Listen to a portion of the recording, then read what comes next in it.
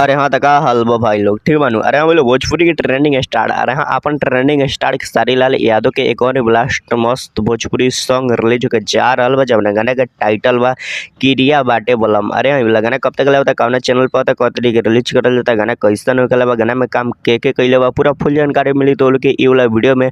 तो लोग ये वाला वीडियो के शुरू से लेकर लास्ट तक देख लेंगे। बाकी अभी तक हमारे चैनल के सब्सक्राइब नहीं करने के लिए तो अभी सब्सक्राइब करके हमसे जुड़ जाएंगे। तो भाई लोग तो लोग सबसे पहले बता दी कि हाँ गाना लिखले के बाद तो गाना लिखल बड़न भोजपुरी के बहुत ही मस्त बहुत ही बेस्ट राइटर कृष्णा बेदर्दी। अरे बोलो गाना के लिखले बड़न कृष्णा बेदर्दी। बाकी बात कर जाए कि हाँ गाना में म्यूजिक के दिले बा तो वी.आर. वर्मा के बा। अरे बोलो वी.आर. वर्मा म्यूजिक बना के दिले बड़न तो लोग की वाला गाना में। बाकी बात कर जाए कि हाँ गाना कैसन हो गल बा तो गाना बहुत ही बेस्ट बहुत ही मस्त बहुत ही बारूद होकर बा। अरे बोलो पूरा झकास और डीजे म्यूजिक के साथ तो लोग वाला गाना सुनने के मिले। बाकी गाना गईले के बाद तो भाई लोग गाना गईले बड़न भोजपुरी के ट्रेंडिंग स्टार खेसारी लाल यादव। अरे बोलो सिंगल गाना होके वाला बा कोई भी फीमेल सिंगर गाने के नईखन गईले सिर्फ खेसारी लाल यादव गईले बड़न। बाकी वीडियो फॉर्मेट में तो लोग देखे के मिलियन भोजपुरी के ट्रेंडिंग स्टार खेसारी लाल यादव और आस्था सिंह। अरे बोलो भोजपुरी के ट्रेंडिंग स्टार खेसारी लाल यादव और आस्था सिंह तो लोग वीडियो फॉर्मेट में देखे के मिलियन।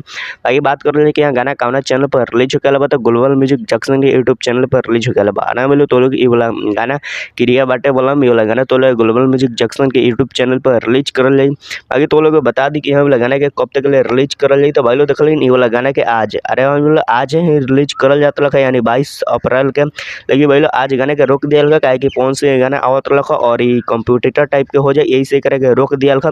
और तो लोग 23 तारीख के 6:30 में ग्लोबल म्यूजिक जंक्शन के यूट्यूब चैनल पर गाना सुने के मिली। अरे भाई लोग तो लोग 23 तारीख के रेडी रही ग्लोबल म्यूजिक जंक्शन के यूट्यूब चैनल पर 6:30 में गाना सुने के मिली। तो लोग गाना के मिस मत कर लेंगे। गाना बहुत ही बेस्ट बहुत ही मस्त बहुत ही झकास होकर बा। अरे बोलो बहुत ही बारूद बहुत ही बेस्ट बहुत ही झकास होकर बा गाना। तो लोग गाना के मिस मत करे लेकिन पूरा बारूद गाना होकर बा। खेसारी लाल यादव सिर्फ गईले बड़न और गाना लिखले बड़न कृष्णा बेदर्दी और म्यूजिक डायरेक्टर बड़न वी.आर. वर्मा और ग्लोबल म्यूजिक जंक्शन के यूट्यूब चैनल पर गाना रिलीज होकर बा। बाकी वीडियो फॉर्मेट में देखे के मिलियन तो लोग भोजपुरी के ट्रेंडिंग स्टार खेसारी लाल यादव और आस्था सिंह। अरे दोनों हम दी तो लोग वीडियो फॉर्मेट में देखे के मिलियन। बाकी तो लोग ये वाला वीडियो कैसा लगल अच्छा लगल हो तो लाइक कर लें चैनल के सब्सक्राइब कर लेंगे वीडियो के शेयर कर लेंगे। बाकी तो लोग भी खेसारी लाल यादव के फैन बढ़ लेंगे तो अच्छा सा कमेंट जरूर कर लेंगे। बाकी तो लोग यहाँ तक वीडियो देख